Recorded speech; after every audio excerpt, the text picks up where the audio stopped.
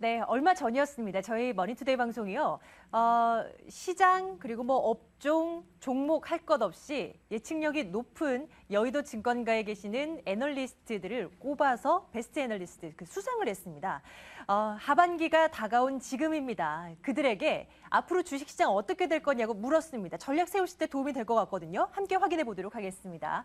자, 업종별로 그 섹터별 애널리스트들께 의견을 하나하나 받아봤습니다. 먼저 건설 부문부터 확인해 보도록 할 텐데요.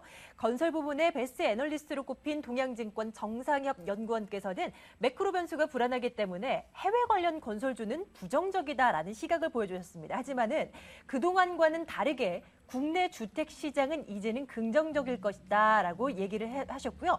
현대산업개발을 보고 계시다고 35,000원 목표 가격 제시해주고 계십니다.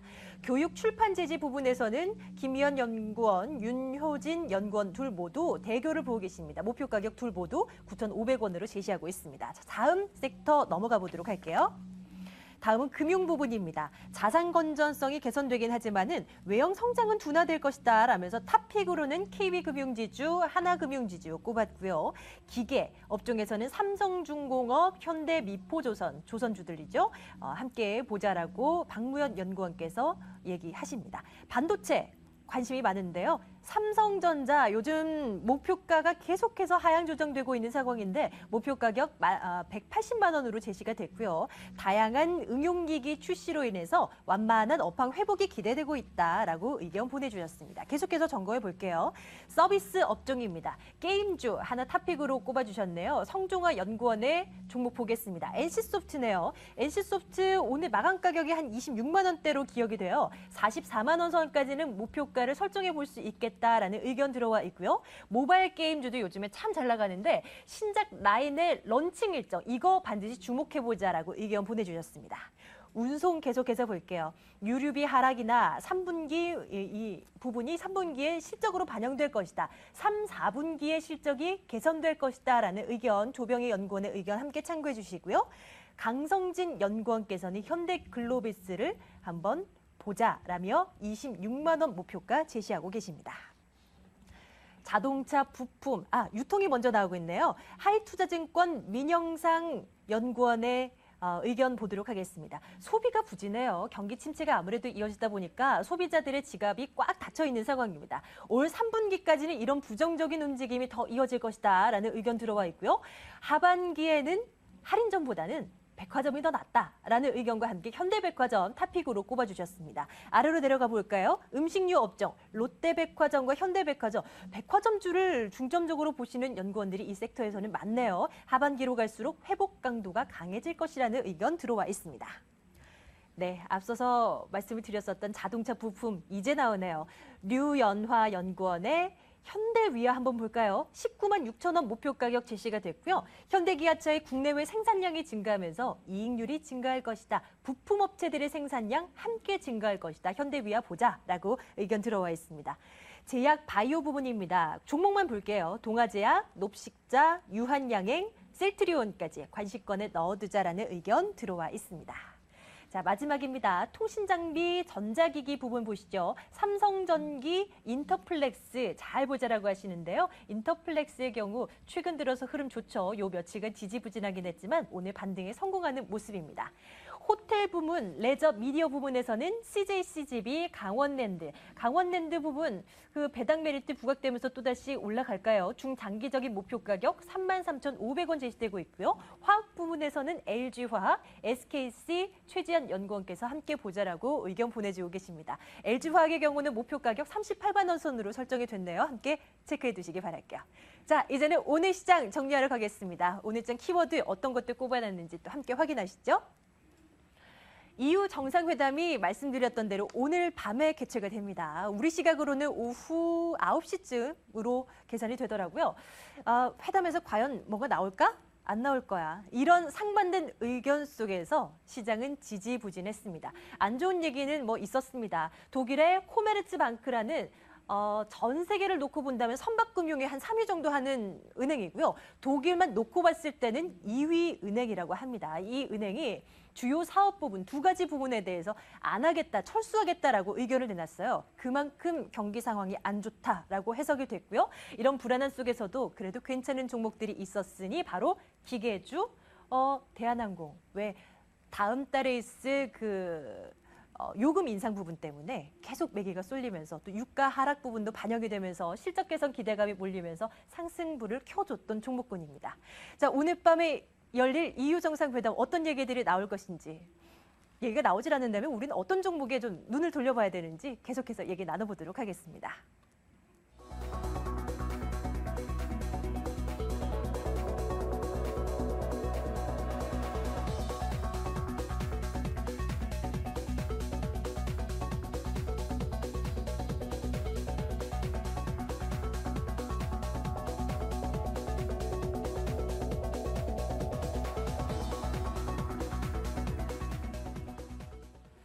네, 자, 오늘 코스피 마감 지수는 1819입니다. 오랜만에 빨간불 보게 됐는데요. 상승폭이 겨우 1포인트 정도입니다.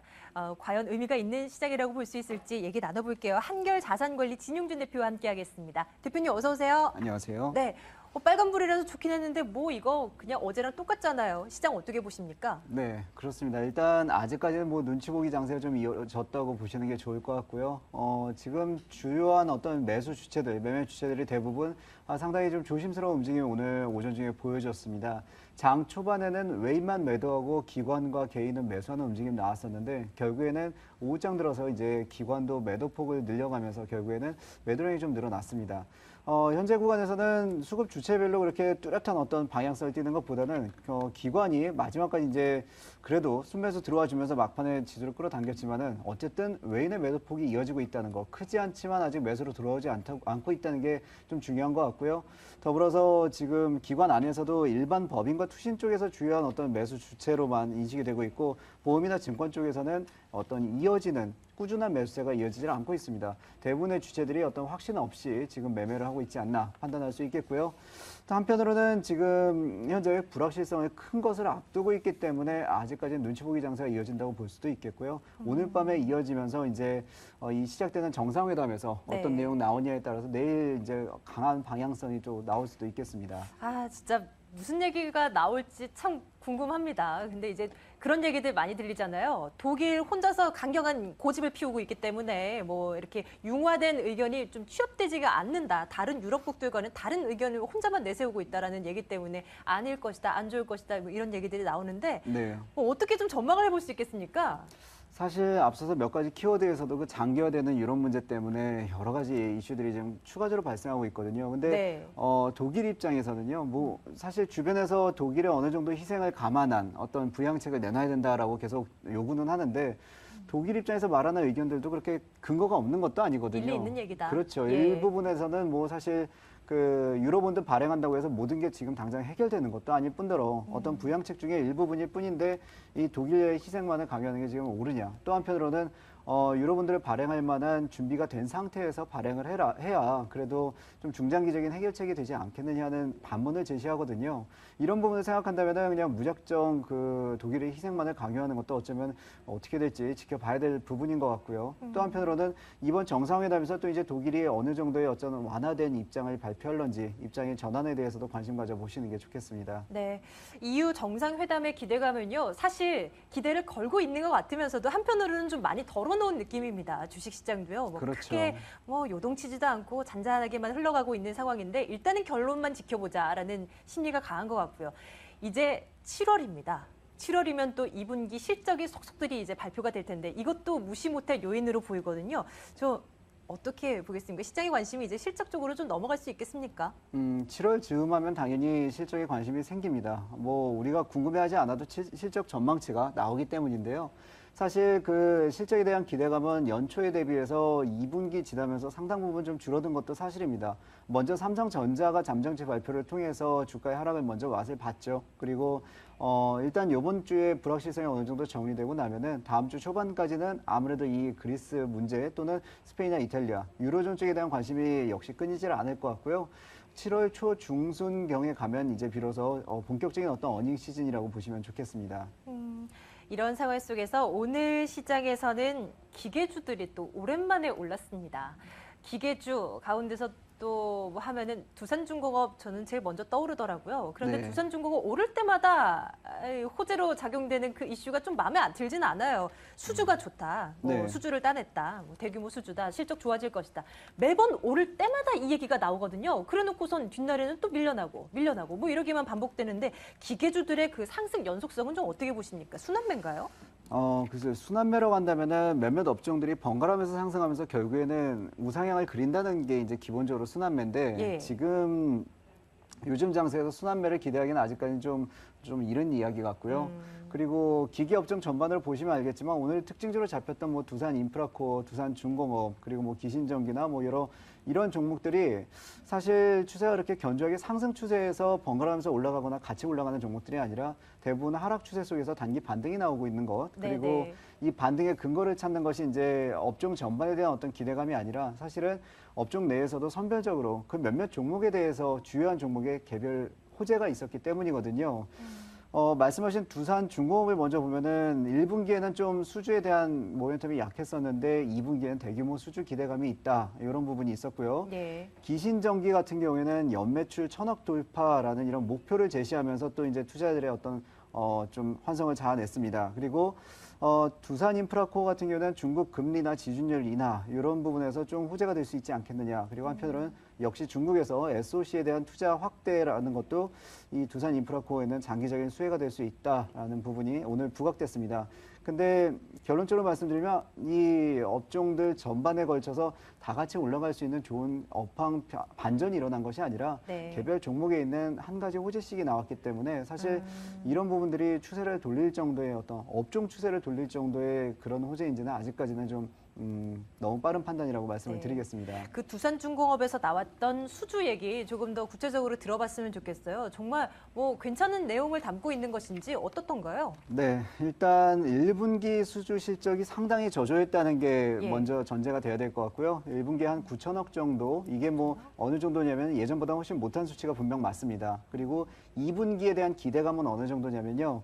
이건 쭉 읊어드려도 될 것 같은데, 뭐 사우디 쪽에서 2조 원 담수 및 발전에 관련된 부분, 그리고 인도에서 하반기에 NLC 2조 원, 베트남에 2조 원, 카타르에 또 2조 원, 뭐 이런 식으로 해서 총 약 12조 원의 신규 수주가 가능할 것으로 보고 있습니다. 올해까지요? 그렇죠. 그래서 또 숫자만 보면 또 괜찮은 것 같기도 하고요. 12조 원? 지금 내용만으로는 정말 대단하죠. 네. 네, 근데 지금 이 정도의 수주 모멘텀 기대라면은 일단은 중장기적으로 실제로 이런 수주들이 이루어지고 공사 착공을 하는지 또 이제 행여라도 그쪽에서 예전에 뭐 민주화 사태라든지 이런 것처럼 또 단기적인 악재, 비체계적인 악재라고 그러죠. 그래서 그런 이슈가 터지지 않는지 한번 체크해 보시는 것도 중요할 것 같고요. 네. 지금 일정대로만 진행된다면은 뭐 이 두산 중공업만큼은 최소한 다른 종목에 비해서 강한 흐름 보일 수 있겠습니다. 돌발 변수만 좀 안 나와야 될 텐데 그게 좀 그렇죠. 걱정이 되네요. 어떻게 상황이 좀 바뀔지를 모르니까 일단 그러면 두산중공업의 경우 대표님 생각이라면 지금 돈 있으면 이거 사겠어요?